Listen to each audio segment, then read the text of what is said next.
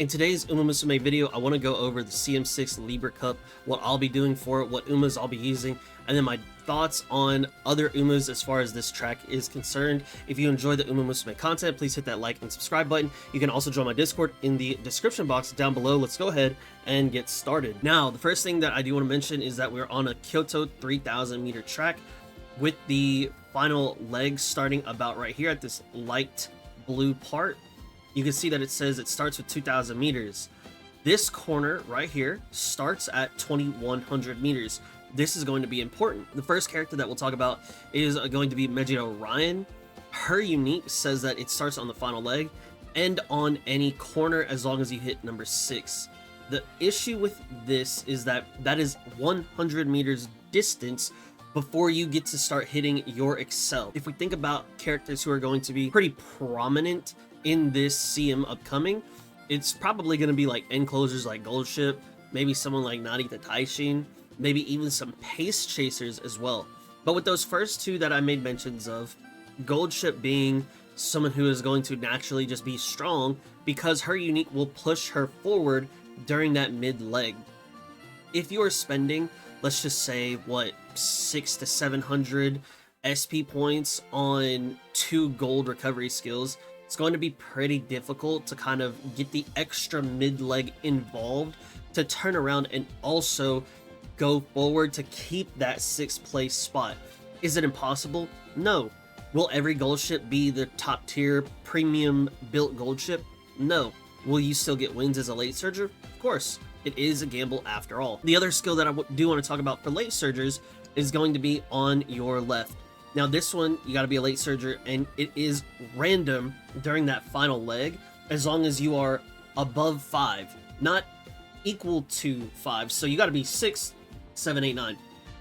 With this, we do get the acceleration as well. The problem is that it is random anywhere on this light blue portion. There is a chance that you potentially hit it very early around here, and that would be ideal because then, you know, you're doing better than Pump Some Iron.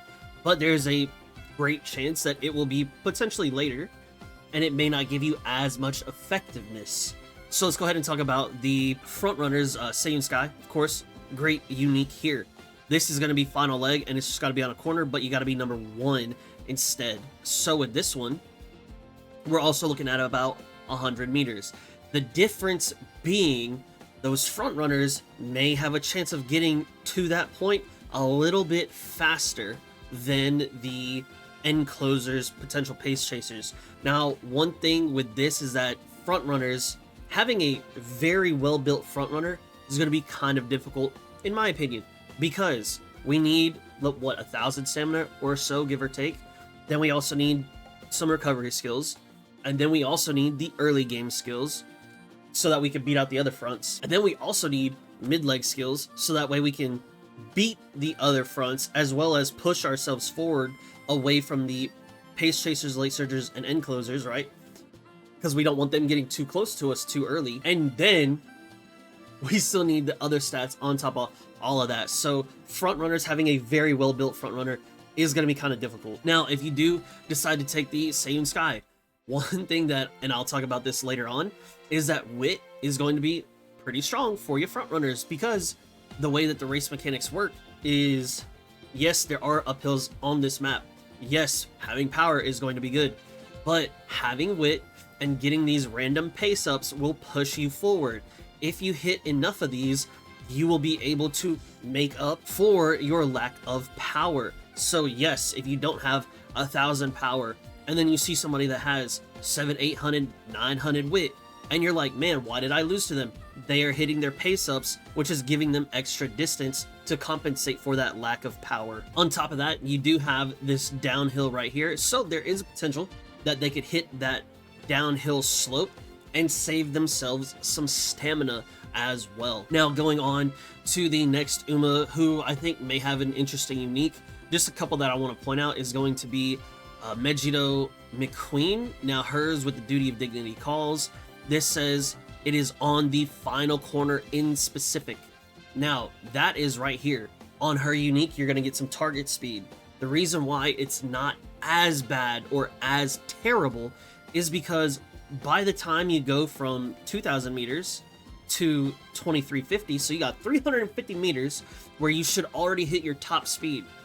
Then when Duty of Dignity calls, now your top speed goes up, and now you have room to kind of push a little bit faster and a little bit further before, you know, you go back down and you finish up with that buff. So her unique isn't as terrible. Now, if you hit a fast learner run, or if you just have so much SP randomly, sure, that's a great thing to pick up afterwards. But we still want to grab our normal things, get your 2 gold skills, get your mid-leg skills, and then the most important skill that I believe a lot of people are going to be wanting is going to be No Stopping Me. Now, you can get this skill from the Unity Cup if you choose Team Carrot, so that's the default team name. If you choose them, you beat Rico's team in the Unity Cup, and then you turn around and beat them in the finals, you can get No Stopping Me for free. It says, if there's another girl right in front of you during the last spurt, your acceleration and lane movement speed will increase. So this in front near lane time is greater than or equal to 1 second. Basically, if this is one Uma and then this is you, they gotta just be like a little bit in front of you, or they could be directly in front of you, and then they could just be like this, and then hey, this person's in front of me, I could proc my No Stopping Me, and then I could go forward. All right. With that being said, you get acceleration and you get lane movement speed. So it enables you to kind of go like this, basically. All right. No Stopping Me is going to be a very strong skill for a lot of characters, especially mine included. You're going to want this on your end closers. You're going to want it on your late surgers if you play them, and you definitely going to want it on your pace chasers. Now, as far as your front runners, I'm not 100% sure, so don't quote me on that one. Let's take a look at the character that I'm going to be using it on. Now, this character, or excuse me, that skill is going to be used on Super Creep. This is my main character that I want to get to be super juicy. She's got 10% stam, she's got 20% wit. Because she has this unique that gives her 7-5, and it has been buffed, it allows her to lower the requirements of the stamina that she needs, so you can actually get away with a lot less, assuming no debuffing shenanigans are going on the entire way through. In the clip that I'm about to show you, this is my Super Creep doing the, I think they call it a rabbit strat or whatever. Basically, my second character is going to be a Silent Suzuka Runaway. Her job is not to win. Her job is not to block or anything. Her job is literally to push forward and pace up my pace chaser. So as you can see, if we look at number 6, this is going to be my Silent Suzuka, and number 5 is going to be my Super Creep. If I hit a lot of wit checks and I get a lot of pace ups, then number 5 will be pushing forward. That is what I'm looking for to happen. The reason being is because by the time I get to this little notch right here, which is where the final leg begins, in an ideal and perfect world, the Silent Suzuka hits that, and then she starts falling backwards. As she's falling backwards, my Super Creep will go and hit No Stopping Me, not non-stopping me. She'll hit No Stopping Me, and then she'll boom like this, and she'll go super quickly and super far forward. Now, the 7-5 on top of the Swinging Maestro, those are the only 2 skills she's going to need for this to work. Of course, she's going to need a lot of wit. Mine has like 900 and some change. I would like to have like 1,000, 1050, 1,100 if possible. Which means I can have a little bit lower stamina marks as well. With that being said, the biggest lose condition that can happen to me is I miss my NSM wit check, or there's a second runaway in the lobby. If there's a second runaway in the lobby, what now happens is I gotta bank on there being another pace chaser for me to NSM off of. I could also turn around and have insurance in a gold ship or a Narita Taishin, you know, an end closer, if you will. And so now we're coming up to the perfect part. So around this area, you can see that this Narita Taishin and this gold ship, they're pushing up very strong, right? But I've already made my distance, because if you take a look at this, I believe Daiwa Scarlet, who was pace chasing with me, you can see that she is already fallen behind to these 2 pace chasers. I am not, because of the wit and because of those pace ups. In an ideal world, what's going to happen is as soon as I touch or get kind of close to this Suzuka, you can see my No Stopping Me pops right here. And now you take a look at number 5. Here we go. Now you see her kind of taking off, and you see the Silent Suzuka kind of rolling over on some other people, kind of kidnapping some folks with her as she goes backwards. Now, 7 is Narita Taishin, 9 is Gold Ship. This is my Super Creek. My Super Creek is not optimal by any means. I'm missing a lot of wit. I'm missing a lot of pace-ups. So what I need to do is make the best Super Creek that I can, and then I turn around and make a runaway that enables her. Every runaway is going to be different because every Super Creek, if you do this, is going to also be built differently. Now you can see I do win this race, which is great. That's super cool. The stats on these two are not bad. I would say this is a very strong Narita Taishin. We're missing S long, okay, RNG. And then we don't have no stopping me. I was told that this person did not get no stopping me because, you know, the Unity Cup thing, they lost it. It is what it is. However, this is still a relatively solid Narita Taishin. This is the gold ship that I beat. This, to me, is an S plus gold ship. What are we asking for more? What more can we ask for? So they have Swing and Maestro. They've got the no stopping me. They got the straightaway spurt Uma stand. They got S long. These stats, crazy good stats. And I still beat this gold ship as well. If you see, I beat the Narita Taishin by 1.5 lengths and then by a neck. So it's not like I'm just super juiced and they're not. They're very strong.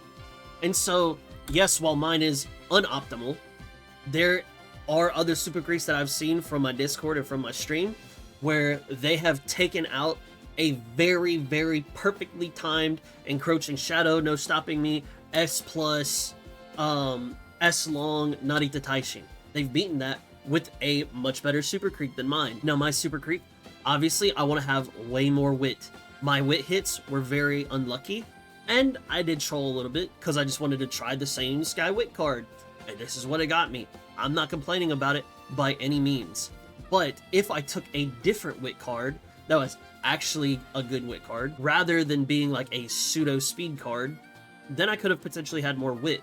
However, this run was unlucky because my speed was terrible, so Seiun Sky saved me here. With that being said, this deck is not free to play friendly. My borrow slot is open.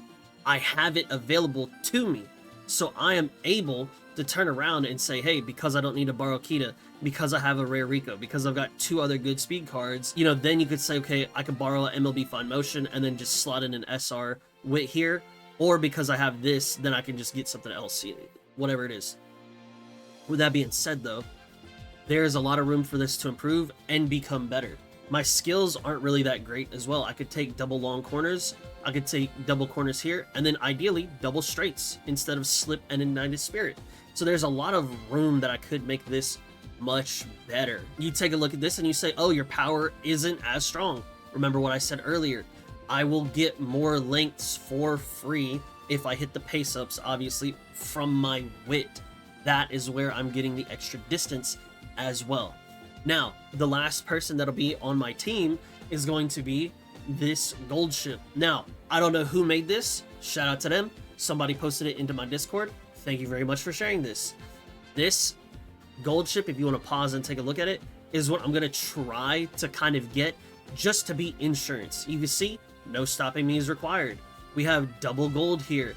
We've got, you know, about 1,000 stem is what we're looking for. The S long is worth 2.2 lengths.